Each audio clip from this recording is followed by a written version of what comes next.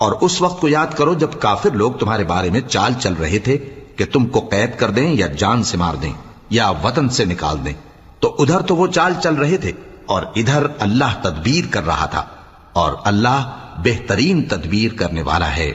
اور جب ان کو ہماری آیتیں پڑھ کر سنائی جاتی ہیں تو کہتے ہیں یہ کلام ہم نے سن لیا ہے، اگر ہم چاہیں تو اسی طرح کا کلام ہم بھی کہہ دیں، اور یہ ہے ہی کیا، صرف اگلے لوگوں کی حکایتیں ہیں۔ اور جب انہوں نے کہا کہ اے اللہ اگر یہ قرآن تیری طرف سے برحق ہے تو ہم پر آسمان سے پتھر برسا یا کوئی اور تکلیف دینے والا عذاب بھیج دے،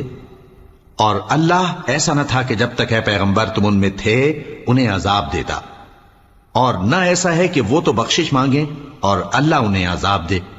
اور اب ان کے لیے کون سی وجہ ہے کہ وہ انہیں عذاب نہ دے، جبکہ وہ مسجد حرام میں نماز پڑھنے سے روکتے ہیں، جبکہ وہ اس مسجد کے متولی بھی نہیں ہیں۔ اس کے متولی تو صرف پرہیزگار ہیں، لیکن ان میں کے اکثر نہیں جانتے۔ اور ان لوگوں کی نماز خانہ کعبہ کے پاس سیٹیاں اور تالیاں بجانے کے سوا کچھ نہ تھی، تو تم جو کفر کرتے تھے اب اس کے بدلے عذاب کا مزہ چکھو۔ جو لوگ کافر ہیں اپنا مال خرچ کرتے ہیں کہ لوگوں کو اللہ کے رستے سے روکیں،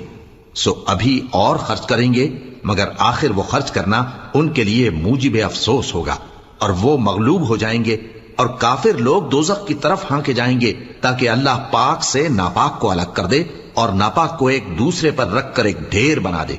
پھر اس کو دوزخ میں ڈال دے۔ یہی لوگ خسارہ پانے والے ہیں۔ اے پیغمبر کفار سے کہہ دو کہ اگر وہ اپنے افعال سے باز آ جائیں تو جو ہو چکا وہ انہیں معاف کر دیا جائے گا، اور اگر پھر وہی حرکات کرنے لگیں گے تو اگلے لوگوں کا جو طریقہ جاری ہو چکا ہے وہی ان کے حق میں بھی بڑھتا جائے گا۔ اور ان لوگوں سے لڑتے رہو یہاں تک کہ فتنہ یعنی کفر کا فساد باقی نہ رہے اور دین سب اللہ ہی کا ہو جائے، اور اگر وہ باز آ جائیں تو اللہ ان کے کاموں کو دیکھ رہا ہے، اور اگر روگردانی کریں تو جان رکھو کہ اللہ تمہارا حمایتی ہے، اور وہ خوب حمایتی اور خوب مددگار ہے۔